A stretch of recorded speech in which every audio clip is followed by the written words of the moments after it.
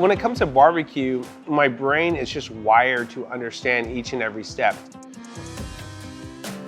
This dancing fire, this mystique process that's taking place, this osmosis and this combustion, this collagen melting, and then this door opens and this big, ugly, black piece of meat sitting there.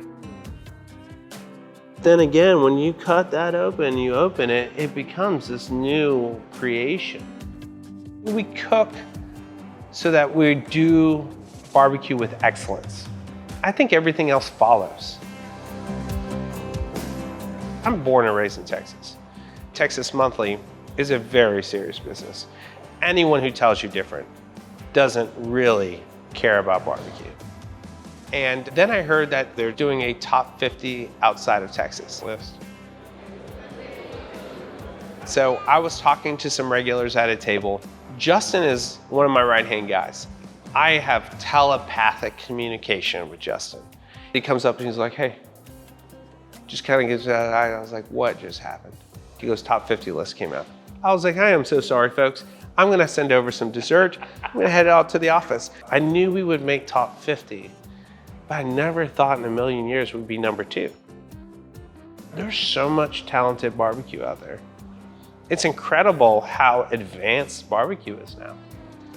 And to be recognized as number 2 was humbling, but that was a really special moment. So the Prime BBQ name comes from, I wanted something that signified excellence. There's so many deep connections when it comes to that word in barbecue. It's the highest grade of meat, so that's why I decided to call it Prime.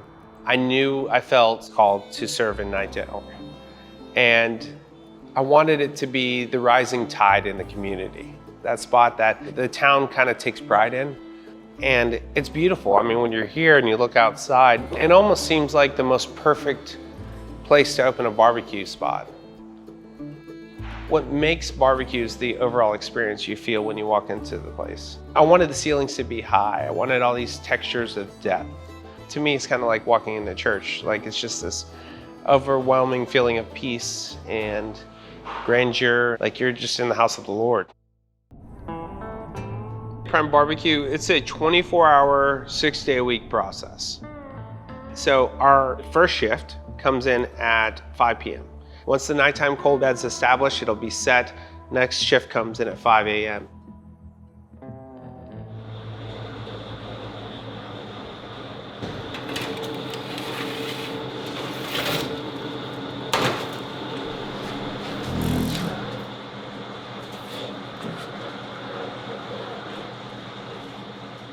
Checking all the briskets, touching them, making sure they're close.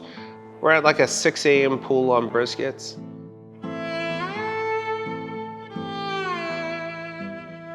We actually leave this little bit of point on top, and we actually segregate that out, and that becomes kind of like another sliced burnt end. This section's really special. We just really want to just put a little bit of tallow on it. You don't want to do too much more. You can see the color really comes back up after you tallow it. And the bark's so aggressive that I can feel the sharpness of everything. Because we used to wrap these in butcher paper for the longest time, and we just stopped doing that, and the brisket got better. All briskets should be off somewhere between 7 and 8, same with the pork butts or larger cuts. I was in competition barbecue for 14 years. That's what I started out doing. My first competition was in Lumberton, North Carolina. I cooked on my first pit. It's a small cooker. Back in the day, Brickmans had wooden handles, and they had an electrical element that went inside.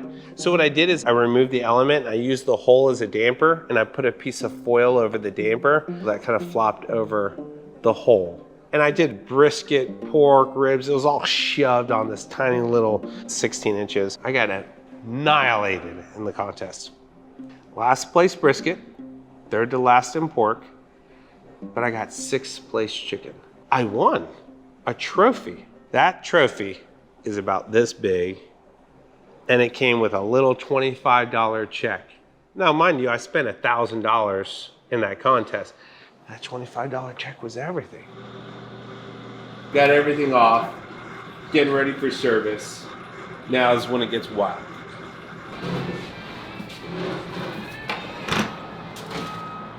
Here in the point is where I'm feeling, kind of on that rib tip side is where I'm feeling for properly cooked ribs.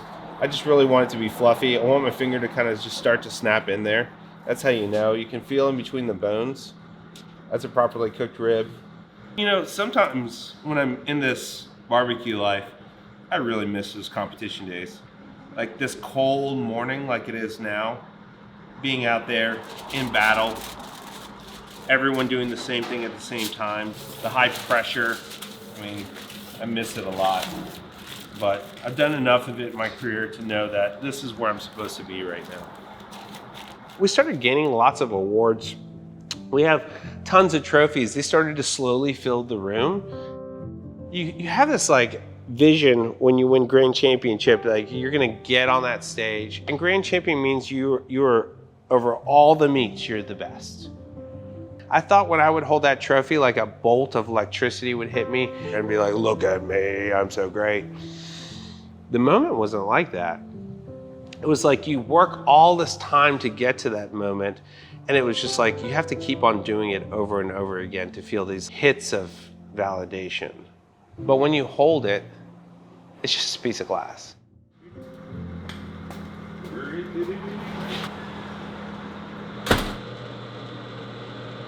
We run two 1300 J&R manufacturing cookers. The two 1300s are named Jose and Jose B. I grew up with a lot of kids named Jose in Texas, so it's just been an ongoing joke for a long time. The smaller oiler, the 700, is called King David. Lots of cool stuff you can do with the 700. It's just a really special cooker to me, for sure. The hog cooker and the Santa Maria style J&R wood show broiler is Jean and Paul, and that's named after my older brother. We always went by JP. So the only loving thing you can do as a brother is always call him by his full name in front of his friends. So that I'd always say, hey, John Paul. So I wanted him to come in the restaurant and see his name displayed over two cookers and tell everyone that's his name.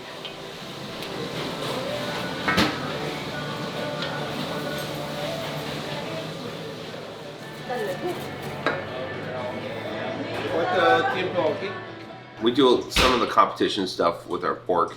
So when we wrap them tight, we do a processed light brown sugar on the outside and do a crust. As this thing rests, it's gonna have a little bit more of a sweeter note, a little bit bigger of a bark, a lot of complexity. This Compart Duroc pork is really buttery, just in general. So you want a nice soft pork, but you want this bark to be sweet and crunchy and savory all at the same time. The specific farms we like to use here at Prime BBQ is Compart Duroc when it comes to our pork. It's what we use in competition barbecue. Same with Creekstone. First time I saw success in my brisket competition cooking was with that beef. There's a great competition barbecue guy. His name's Mike Davis. He's one of my favorite. Laudable barbecue. And I just remember him always saying, bring with what brought you. And that always stuck with me. And those two farms specifically do it right each and every time. These are the points of the Creekstone briskets. Super fluffy, super squishy. This is kind of like a play on the competition side of what we do. These are true Kansas City burnt ends. I mean, there's nothing like it. So here's the liquid gold. We make all our tallow in-house. We make about, I would say, 30 gallons a week. And we're gonna slowly just kind of drip these down into the tallow, and they'll all kind of start to stack up. Then we're gonna individually slice these into perfect little meat brownies, and then hand dunk them individually in our sauce. So these things are incredible. We're really big nerds here, bro.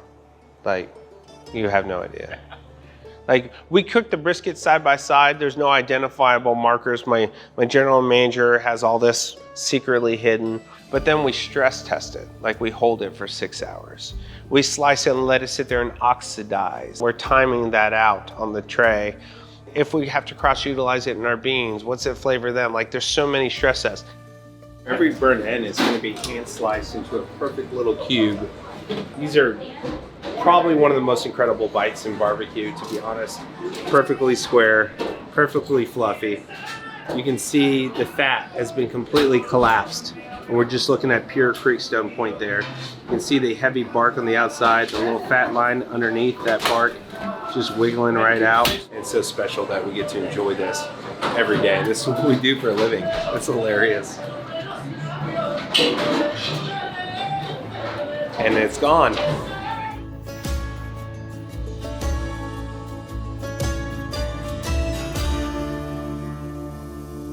For sides, first and foremost, always, is my mom's barbecue rice. I mean, no question.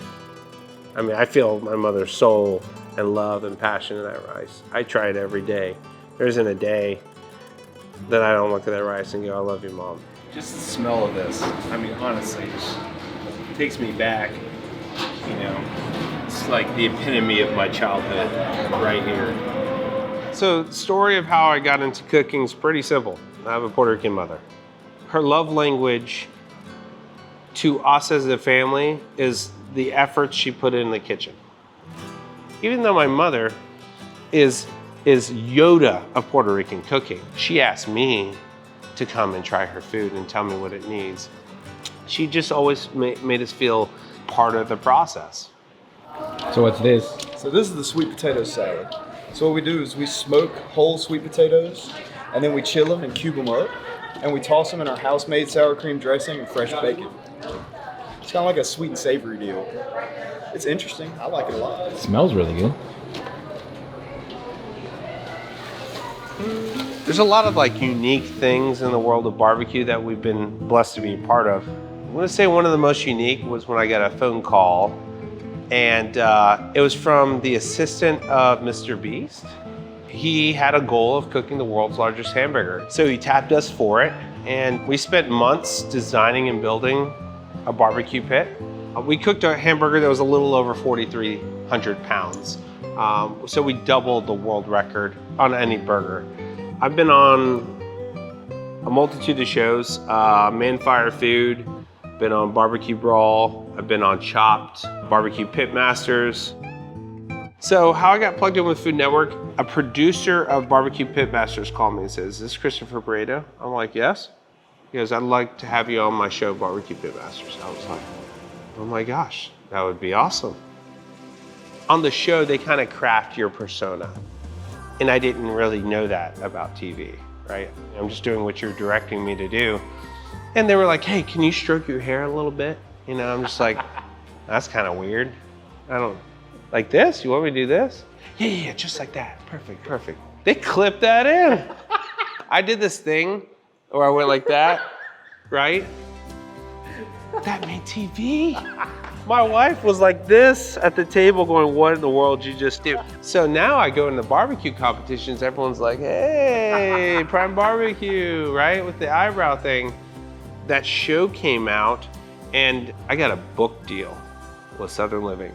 Writing the recipes was really interesting. That was fully new to me, understanding how to write a cookbook. I mean, that was a year process. I have no background of anything, and I'm getting a published book deal. And it was incredible. It's God's blessings.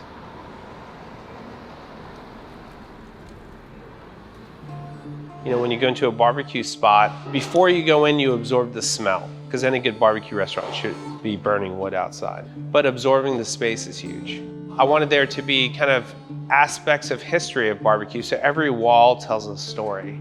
You know, where we hang the hot cooker lids from Skylight Inn, or we can show the history of barbecue just by 2 hot cooker lids hanging on a wall with little lights on them. We like to showcase some of our mentors. One of them is Roy Perez. When I was a kid, I would go up to Kreitz and got to meet Roy over time, and he always took the time to sit down with me and explain the importance of barbecue, the importance of what he does. This is actually Roy's shirt that he wore on shift and his pen that he uses. I wanted them to understand the history and the traditions and the values behind barbecue and the hospitality behind it, and just do it justice, to be honest. So that man out there is JH. Every Friday since our inception, he has sat in that same exact spot, and he wants to be first in line to grab the burnt ends. I ended up coming here like the first week he opened, and I've pretty much been here every Friday since he opened. This is kind of like the greatest thing that really ever happened to Night Dale, you know what I'm saying? He's an awesome guy. He does a whole lot of stuff for the community. He does a whole lot for the veterans. We should be honoring the military every day. Soldiers shouldn't have to ask me for discounts, shouldn't have to ask me to celebrate them. That is my duty. Certain things we do, we educate children, the little soldiers, to pray for their military. I want them to know that there is men and women out there that are currently at the ready, all over the world, deployed right now, staring at the enemy, so that we could live the simple life standing in a barbecue restaurant waiting on some brisket. Military discounts. We do our veteran meal here, where veterans get to bring their entire families here and celebrate Christmas and the holidays with us at Prime. We pay for everyone and their families. And then the most important thing is in our pit room, we have a veteran chef's table in the back. It's exclusive in our pit room. Only veterans can sit there. They don't wait in line. We do a special ceremony back there. We feed them a special meal. It's fully served. We have a plaque there that says we have to be more than claps and handshakes. We have to validate military. To me, we don't do enough. We can do more. Good morning. How are you doing today? So Prime BBQ is open Tuesday through Saturday from 11 a.m. till we sell out. People are, I think, the most obsessed on a Friday because it's burnt ends, beef ribs, and then brisket, and people just go wild. I want them to experience something immediately when they walk in the door. I wanted it to be thoughtful. The different textures on the wall, the really cool soda fountain, the North Carolina kind of like tin wall that we have. We can be intentional with spaces that people aren't expecting. Maybe a purse hook underneath the bar top. When I see a guest put their purse on the top and searching for that hook, diapers in the bathroom with wipes. I'm a dad of 5. They see these little things that we've placed around just for that purpose. Little toothpicks in certain areas, little mints in certain areas. When I'm in a restaurant myself, I would say, oh man, this is really sweet that they did this for me. I wanted people to feel like they're our purpose, not our profit. Chocolate? Good, thank you. Hot chocolate? Hot chocolate, gentlemen? Thank you, sir. So our mission statement here at Prime BBQ is to be barbecue obsessed, service driven, and community focused. We love barbecue. We love eating it. I love smelling it. I love cooking of it. When I travel, I eat it. I think about it all the time. We're service driven. I have to be able to translate to my employees. My theology is servant leadership. I will pick up the customer's trays. I will sweep the floors in the middle of the shift. That's my job. Like, how is my employee gonna take sweeping floors seriously if I don't take it seriously? I started to go table to table. I was like, oh, I'll just go to this dining room, say hello to some guests, and I'll go and cut, because that's what I wanted to do. But as I moved through those guests, that's when God said, this is your purpose. And as much as I was like looking back at the cutting board going, oh, that looks fun, I saw that my work was right there in front of the guest.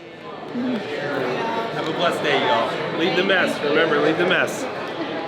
Hey, welcome to Prime. Have you been here before? Tell me your story, where you come from. Have you ever had brisket? I have a whole box set up with candles and little birthday stickers, and I personally sing happy birthday to my guests. Happy birthday to you. All these levels of breakthrough and experience that we can create in memory. You want some brisket? Yes, sir. What, like a half a pound, or what are you thinking? Just one slice? Yes, ma'am. Lean or moist? Okay, and then lean or less fat, moist, more fat. I'm Texan. You should just know, just by that first bite of brisket, it's a Texas-inspired brisket. That's what I was born and raised on. I don't know any different. I don't have to pretend to make a brisket that tastes like it's from Texas. Sausage to me is a symphony of culinary majesty. The snap of a perfectly made link of sausage. The coarse textures and all the flavors. Some of my favorites, the triple threat wings for sure. Smoked pecan wood, chicken wing rub. They're gonna be fried to crispy perfection. Then they're gonna be tossed in toasted garlic, apricot preserves, hot sauce that's homemade. And then they're gonna be slowly grilled individually over charcoal to get caramelization. Pastrami grilled pork belly with big heirloom tomatoes, salt and pepper, olive oil, crispy romaine, double-sided toasted potato bread, Texas toast. Bomb BLT. The pressed Cuban, we ship the bread in from La Segunda Bakery from Tampa, Florida, just to make sure it's the perfect bread. Every single layer in our Cubans made in-house, even the ham. Oh, it's unbelievable. Double fried tostones with that, with mayo ketchup. That's what you dip your tostones into. Oh, so good. And then we have our beef ribs. So I do a longer cook on ribs than traditional places. I come from a place where smoking a rib is like super stout. People like that unctuous, chunky, barky beef rib. Barbecue is breaking down the collagen till you have this fusion of the Maillard reaction, that bark and everything come together with the salt and the fat and the sweet, and all the things culminate into this euphoric, unctuous bite that you will never forget. You don't have to say this is barbecue. They know it in that bite without question. I want it to fix marriages. I want families to reconnect. I want vegetarians to fall in love with meat again. So I'm vegetarian for 364 days a year, and one day I eat meat. That's meat day. It's the biggest event of the year, bigger than anniversaries and birthdays. We got the beef rib this year, which was very exciting. But the brisket and the pork ribs are staples in our meat day diet. So. I've done nothing with my life but cook barbecue. I have read about it, studied it, cooked it, eaten it, and I've realized that even if I make the perfect plate of barbecue for somebody, and even if they say I can die happy right now, it's the best meal I've ever had in my life, the irony of that is they'll still wake up tomorrow and want breakfast. And that's my life's work on a tray. That's blood, sweat, and tears. Barbecue is not easy. Why is that not enough?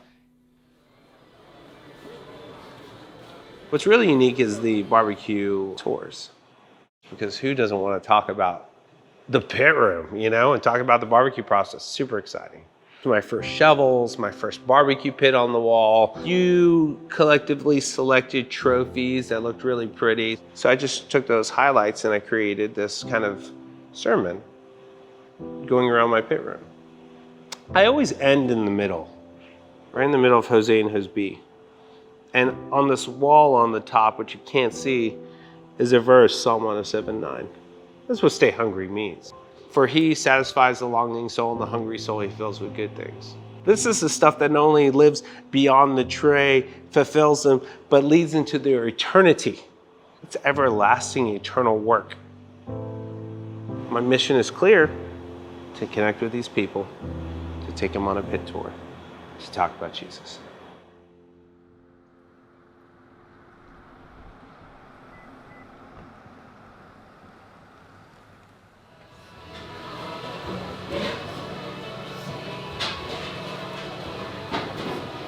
What is this gonna make? It's gonna be the tortillas for the tacos.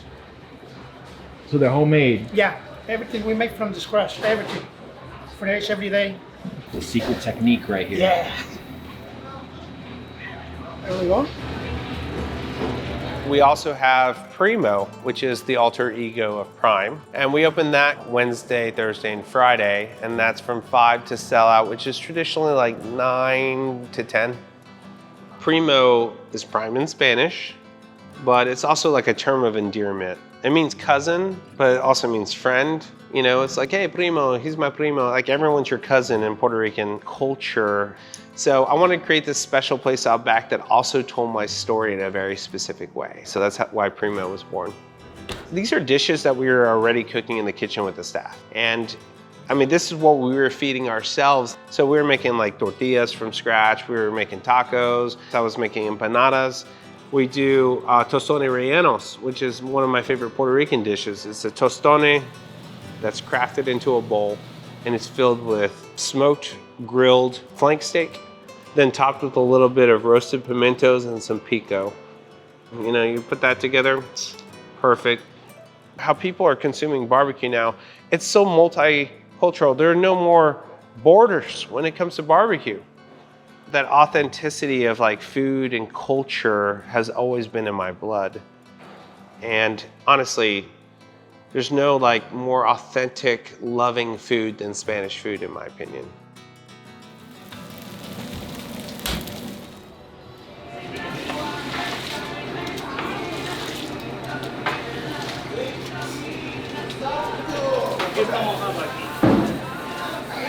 I'll see you tomorrow. My first love is brisket. That's the first time I got kissed, you know what I mean? So like, I mean, I get flushed even thinking about it, but North Carolina hog, special. We got the pig for the lechon. We're gonna throw this on. It's Master Blend Farms pig. Absolutely delicious. You can just see right there, this is actually the money muscle of the pork butt. You want to see a lot of fat striations. Shows, you know, just it's a good pig.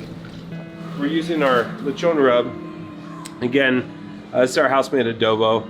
There's just fresh garlic, cracked white pepper, more garlic, a little bit of oregano. And this is really gonna create that kind of like that Latin Spanish flavor. I think the hardest part about establishing barbecue here, specifically in North Carolina and in Eastern Carolina, was my lechon. Very difficult. They're like, what's that? Lechon? Oregano, garlic, pepper, salt, garlic again. We use an offensive amount of garlic in Puerto Rican cooking, to be honest. And then here we're gonna throw it on, and it's gonna cook about altogether 10, 11 hours, give or take. Depends on kind of where the fire is setting. It's a classic dish. So what is this exactly? Poppy beans. I know my mama abuela's red beans and rice will hit. They'll taste Puerto Rican love. It'll be like an abuela just going around and going, the minute they taste those beans.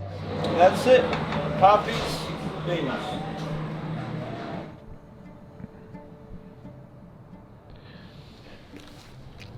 My favorite thing about cooking barbecue, honestly, is just watching the fire. Every single piece of wood I pick up and put on that fire is a different shape, a different size, has a different moisture content. And I get to make this decision.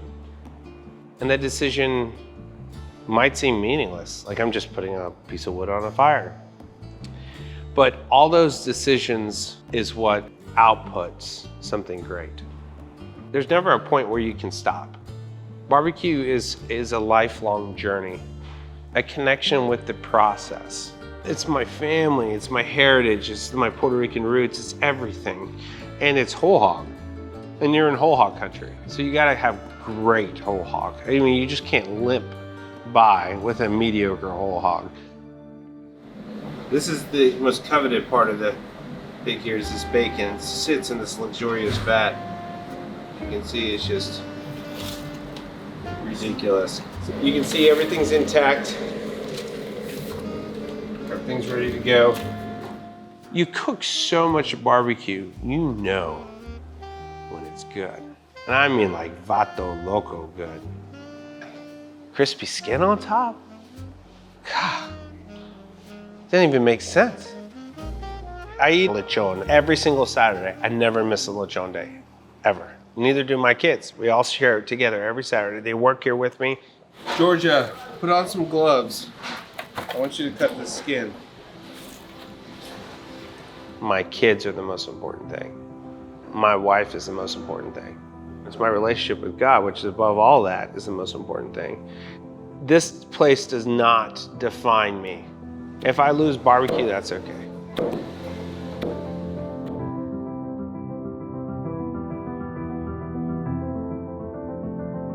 I just don't want to make food that sells. I want to make food that tells the story. It doesn't matter how great your barbecue is. It doesn't matter how cool this building is, because these walls will crumble. I will pass away. People will eat another meal. But the work we do inside these walls is eternal.